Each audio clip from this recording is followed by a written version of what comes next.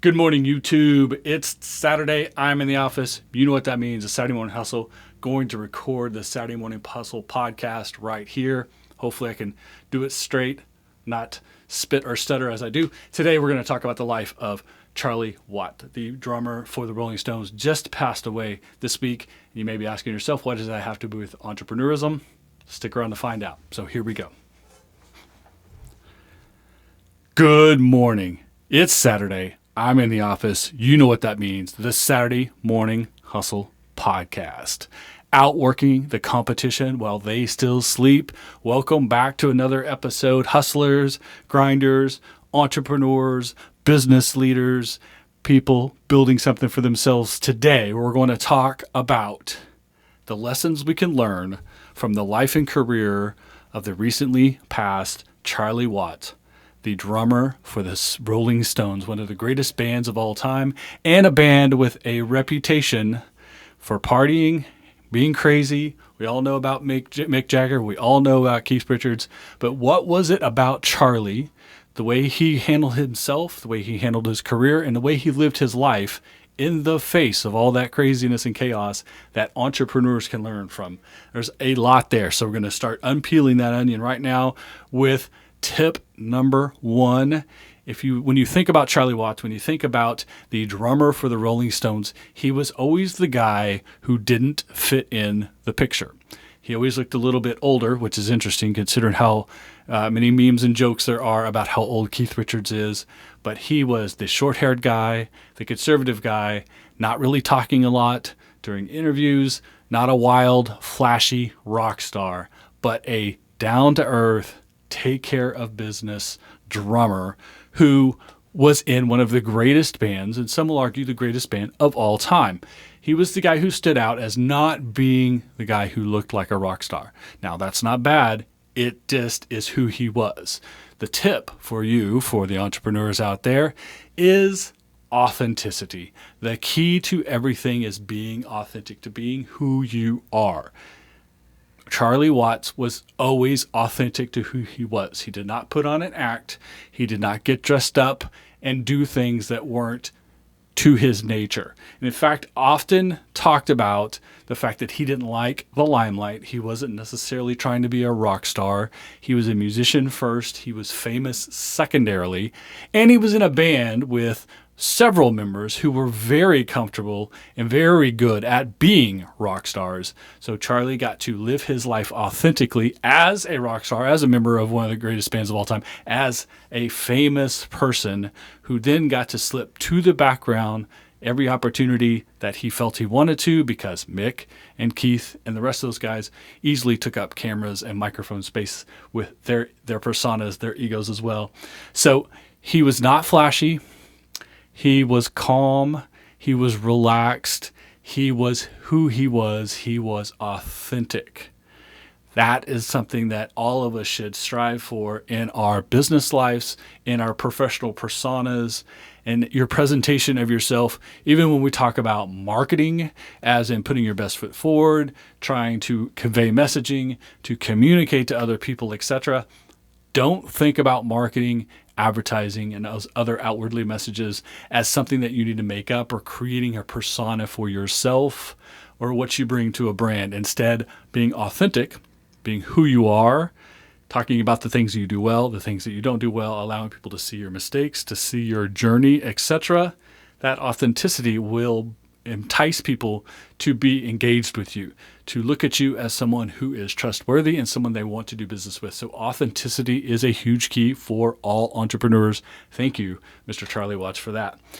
Speaking of being authentic and not necessarily wanting to be a rock star in a band full of rock stars, the other thing that you can do as a member of a team is play your role, is be a good teammate or member of the band. Be the opposite of Yoko Ono, be Charlie Watt, member of the band who understood his role and understood there were plenty of other people who could be the out front, the flashy, the rock stars, while he simply handled his job, lived his life authentically, and played the role he wanted to play for himself. So playing your role, being a good bandmate, being a good band member, being a good team member is always valued for anyone in any scenario. But if you're in a small business, a startup, a struggling business, every single person, every single individual in that business is super important. The more teamwork that can happen, the more effective and efficient you can all be. So being a team member is another positive trait for entrepreneurs that we can learn from Mr. Charlie Watts. Charlie was not in a band to be famous, to be flashy, to be a rock star. He simply was wanting to play the music. He was more invested in the core value of a band, which is making and playing great music. It wasn't about being flashy. It wasn't about being a rock star, about getting your name in the paper, getting on TV, having all the people be excited that you are there, like many people do as rock stars, and that's fine. There's a place for that in the world, but there's also a place for people who simply want to make great music, to entertain people, to have them enjoy the product that you're putting out, and to be rewarded from that without having to be a rock star. That was something that Charlie definitely was. He was not interested in being a rock star. He was very interested in being a great musician, producing great music and doing things that the fans enjoyed and wanted to hear more from. Entrepreneurs can do the same thing. Serve your audience. Give them what they want the way they want it. Don't try to force your ideas on your audience. Listen to them. Do more of what they appreciate, less of things that they don't. When they complain, listen to them. When they cheer, listen to them. It's not about being rich. It's not about being famous. It's not about getting your face on the cover of a magazine. It's about producing product or service of value, delivering it to an audience who perceives that value, is happy for the transaction that you're creating, win-win scenario, repeatable, sustainable success. That's what happens when you serve your audience or serve the core value of your business, as opposed to thinking about money, thinking about success, thinking about fame, or thinking about making yourself the next business rock star. So you can be the next business rock star, maybe, or you can be highly successful, make a lot of money, and sustain that success if you're a Charlie Watts. Think about that. So the other thing about Charlie when it comes to music is he started his musical career as a jazz musician. He was highly influenced by jazz music and started by playing jazz music. In fact, was playing jazz music right up until the time he was recruited to join the Rolling Stones. Not the original drummer and not even the second, maybe the third drummer of the Rolling Stones. They went through a few before they landed on Charlie, and their relationship flourished. So Charlie was adaptable. He started life as a jazz musician, his career as a jazz musician, but when the right opportunity to play with other musicians in the Rolling Stones came about, and remember, this is before they're the world's greatest band. They're a band trying to come up, trying to make it, but he found a combination that worked for him. He adapted his jazz teachings, his background in jazz, to rock and roll. A lot of people feel that Charlie did a good job of keeping the Rolling Stones music simple and more jazz-like and less rock and roll, where a lot of drummers at the time were doing a lot of flashy, a lot of over-the-top playing, whether it was fills or cymbals or all kinds of solos in the middle of songs, etc. Charlie was known for absolutely not doing that. And only a couple of songs people can really name you where there are a lot of fills or a lot of attention to the drums. Now, I'm not saying he wasn't a great drummer. In fact, super, super solid drummer, providing the control and the meter and the tempo for every single song, which is the main job of a drummer. Charlie did his job exactly the way it was expected to. He had amazing meter. He was right on time and played exactly what he needed, not to call attention to himself, not to make himself more important than the band as a whole or the song as a whole, but simply doing his job to the best of his ability to make a great end product by doing exactly what was needed, even if it meant that people didn't notice his performance on a song or his performance in a concert.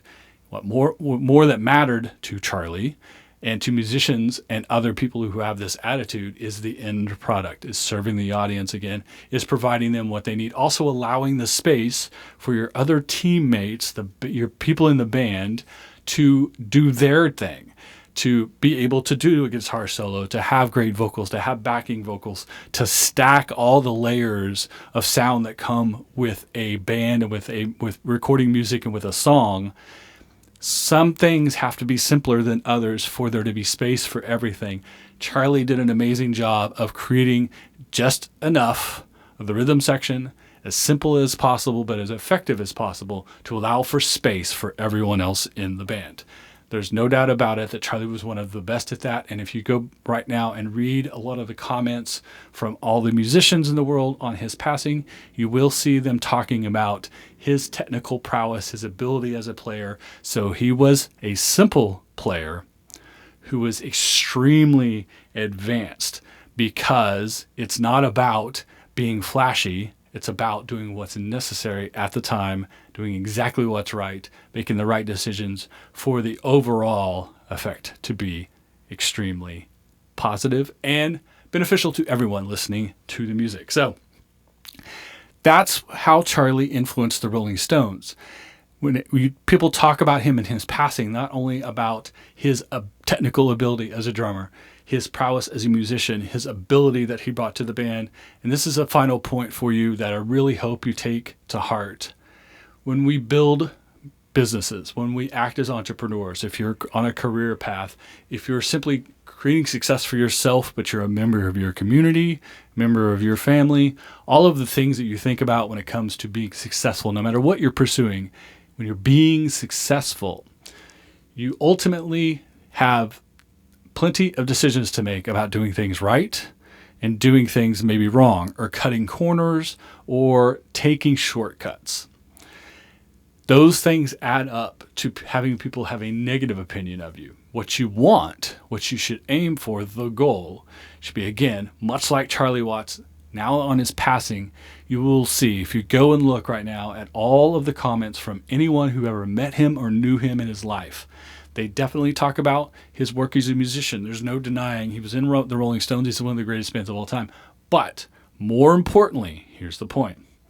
They talk about almost everything I've read. In fact, everything I read preparing for this podcast about Charlie Watts. The statements from the people who knew him were that he was a very, very nice, generous, giving, thoughtful person. He was a great person according to the people who knew him, and his passing is not just a blow to the Rolling Stones as a band, but a blow to humanity, because he was a great person who did great things for all the right reasons. That's how you want people to remember you when you pass someday, whether it's at 80 or 100 or 150, it doesn't matter.